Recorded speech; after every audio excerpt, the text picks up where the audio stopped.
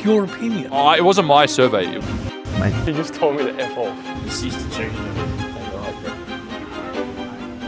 Dogs took my son off me 15 years ago. I haven't been the same since. The enemy works to try and bring people down and turn them away from the truth. I myself have a lifetime of experience with mental health struggles, but where they came from will definitely shock you. In the current year of 2024, it seems like people in all countries around the world are very, very confused.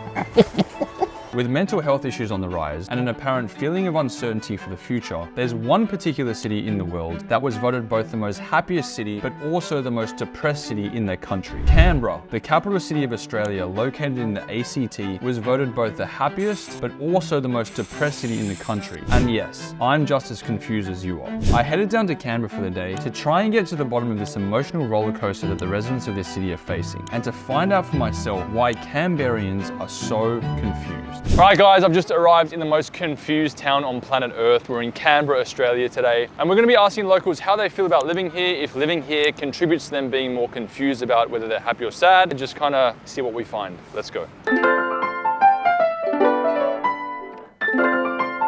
Would you say living in Canberra makes you more happy or more sad? Sadder, because not everything works out. Why do you want to know that? I'm pretty comfortable living in Canberra, but it's a bit broken for the Aboriginal community. How is it broken? Because there's just a lot of Aboriginal people just are broken, just don't know where they come from. I'm a resident of Canberra. The 50-50, sad because I miss my home, but happy because it's like new experiences for me. Canberra doesn't really have many people, which is a bit sad, so sometimes I like to head off to Sydney. Been pretty happy to be here, I think.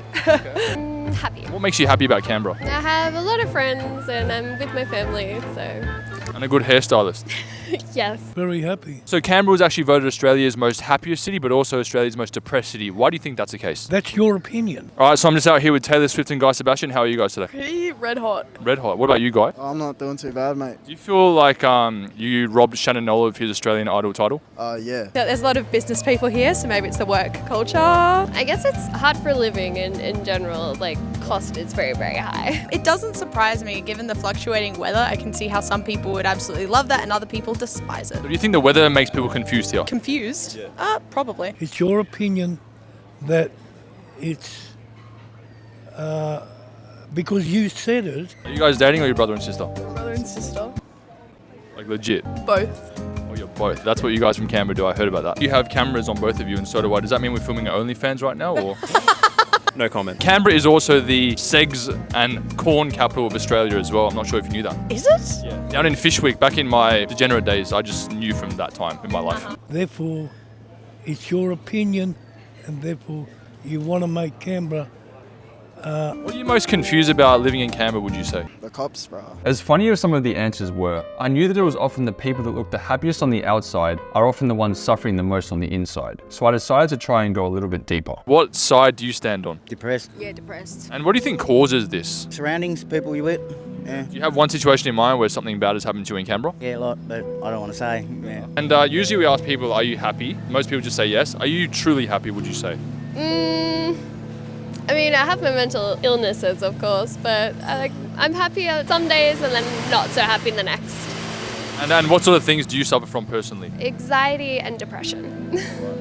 And do a lot of people, around here suffer from that as well?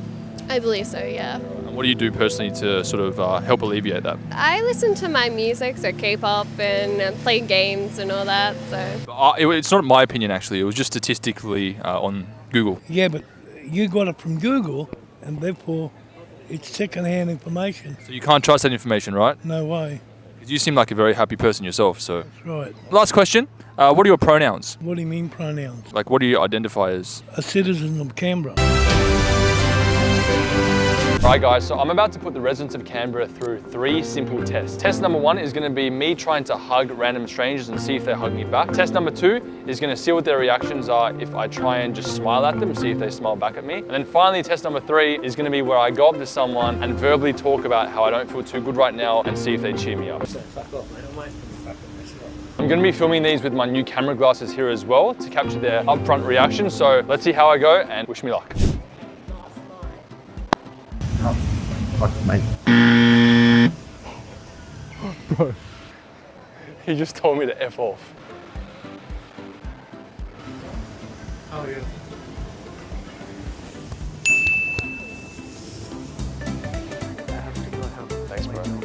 Very nice of you.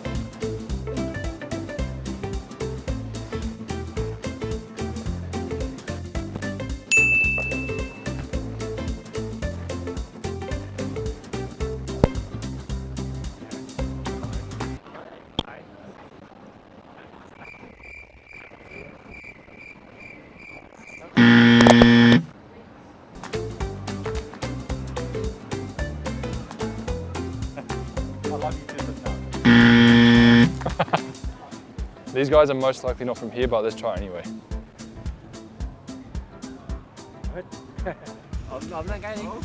I'm not gay either. Thanks. Test number 2, I'm gonna go up to random people and smile at them and see if they smile back.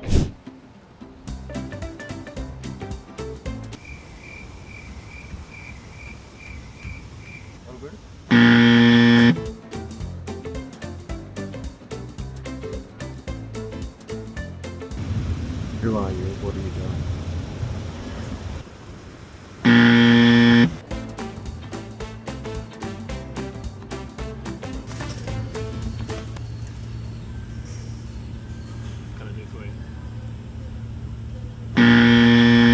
And final test, guys, test number 3. I'm gonna walk up to some random people in Canberra and tell them I'm having a really bad day and see if they'll cheer me up. Excuse me, mate. Quick question. I'm just not having a very good day. My sister cheated on me with another guy, so I was wondering if I could speak to you and you could make me feel better by any chance. Oh, you're on a phone call, so I can't talk to you about my sister cheating on me? Your sister cheated on you. Yeah. So you're fucking your sister. Sorry? You're fucking your sister, are you? Oh, no, not like Your that. sister cheated on you. My sister cheated on me, yeah. I'm just feeling a little bit. Can I get a high five at least? Fuck off, mate. I'm waiting for the fucking restaurant. Excuse me, ladies. I'm just having a really rough day. Just wanted to see if I could just say hi to you guys, talk to you for a second. Do you mind if I sit with you guys? Can I have a milkshake as well? Oh, that's great. Hey, how are you? So you don't mind if I sit here and just talk about my problem?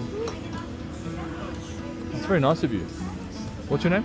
I'm Molly. Jamie, nice to meet you. How are you? What's your name? I'm Laura. Nice to meet you. Are you guys from Canberra? Yeah. Oh, very nice. And how come you let me sit with you guys? She's friendly. Oh, that's nice. We're actually just doing a social experiment to see how friendly Canberrians are, and you guys are very friendly. So you guys are, showing the right things about the city. Okay, cool. Thank you. Hey, excuse me, bro. Quick question. I'm just not having a very good day. Just wanted to see if I could speak to you real quick. What about? Just my life problems. Go for it, have a sit. Thanks, bro. What was your name? Josh, bro. You from Canberra? Yeah, man. Yeah, nice. What's happening with you? Oh, just some troubles like everyone has. Yeah, I mean, I guess people have various different problems. I mean, like, what are you going through specifically? The main thing I'm concerned about is my monobrow is growing a bit too long. It's covering both of my eyelids. All right. Is that probably your biggest dilemma at the moment? Yeah, it makes me feel very insecure. All right. Yeah. Can I just say something real quick? You're a very nice guy. Thank We're actually doing a social experiment to see if Canberrians will be nice enough to comfort me in a hard time. Obviously, the monobrow is a very big deal in my life, All right. Okay. But I appreciate that, bro.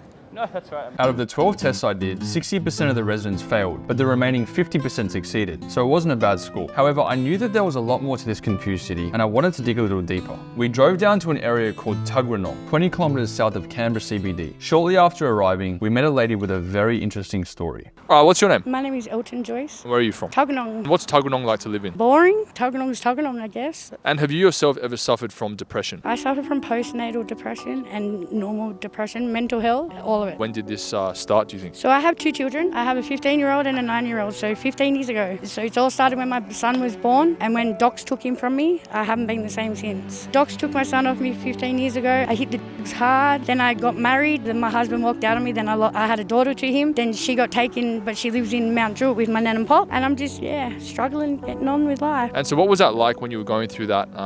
Did you get any assistance from any government services or? Shit, because there's no help out there. They say they help, but they don't really help at all. I tried to do rehab. That failed, unfortunately, but I'll try again. I'll keep trying until it gets there. And talk us through how you sort of got into using substances in the first place. I hit the amphetamines really, really badly. Gave up, then got back in. I'm not medicated for my mental health or my depression. My marijuana is my medication. And how did that feel, losing your son? Shit, I'm missing a part of me. Me and my son don't get along. He's doing the wrong things at the moment, hanging out with the wrong crowd, just not going to school, mucking up, and he knows better, and I wish he would like wake up to himself sometimes. So yeah, I'm just dealing with it. And would you say you have hope for the future or not really? Oh no, darling, it is not for me. It's been too long. I love my children, but they're better off where they are. I guess for people living in Canberra, would you say most are happy or most are depressed? Probably happy. I think you see the people that are on and amphetamines are the ones that are depressed. And you think that's why Canberra was voted, Australia's most depressed city? Yeah, didn't you know they legalised drugs? Any sort of kind of you're actually allowed it without getting in trouble now. So as if it's not going to be the best place to be, if that makes sense. Do you think legalisation of these drugs have been a good thing or a bad thing? Dumbest thing they ever freaking did. Hearing Elton's story, although very different to my own, somewhat reminds me of my own past life, where I too used to struggle with mental health, and I'll reveal a little bit about what I went through at the end of this video. But before I do that, I went to visit a man named Jono, who works in the political sector, to question him about how the government's helping people in the city, and to also ask him what he thinks about mental health as a whole. Alright, so what is your name and what's your title? My name's Jonathan. I'm a government worker. So Jonathan, I'm not sure if you're aware of this, but Canberra was actually voted Australia's most happiest city, but also Australia's most depressed city. Why do you think that's the case? That's a good question. I think, it's obviously a really beautiful place. There's a lot of natural beauty and stuff to do in terms of outdoor activities and all that sort of thing, museums. So that's great. And maybe that's part of why it's happy. As for why it's depressed, I think definitely, it is inland, isolated. It's a fly-in, fly-out city. So obviously a lot of government workers here, a lot of people employed by government, which means, it can be very isolating. You come do your job, you go home, you're trapped in a little hotel room at night, not many people to talk to. Maybe that's part of the reason. What do you think the government in general is doing about these, rising rates of depression in Canberra? As for the state government, I couldn't tell you, but federally, I think, at least back here in Parliament, there are a few initiatives in terms of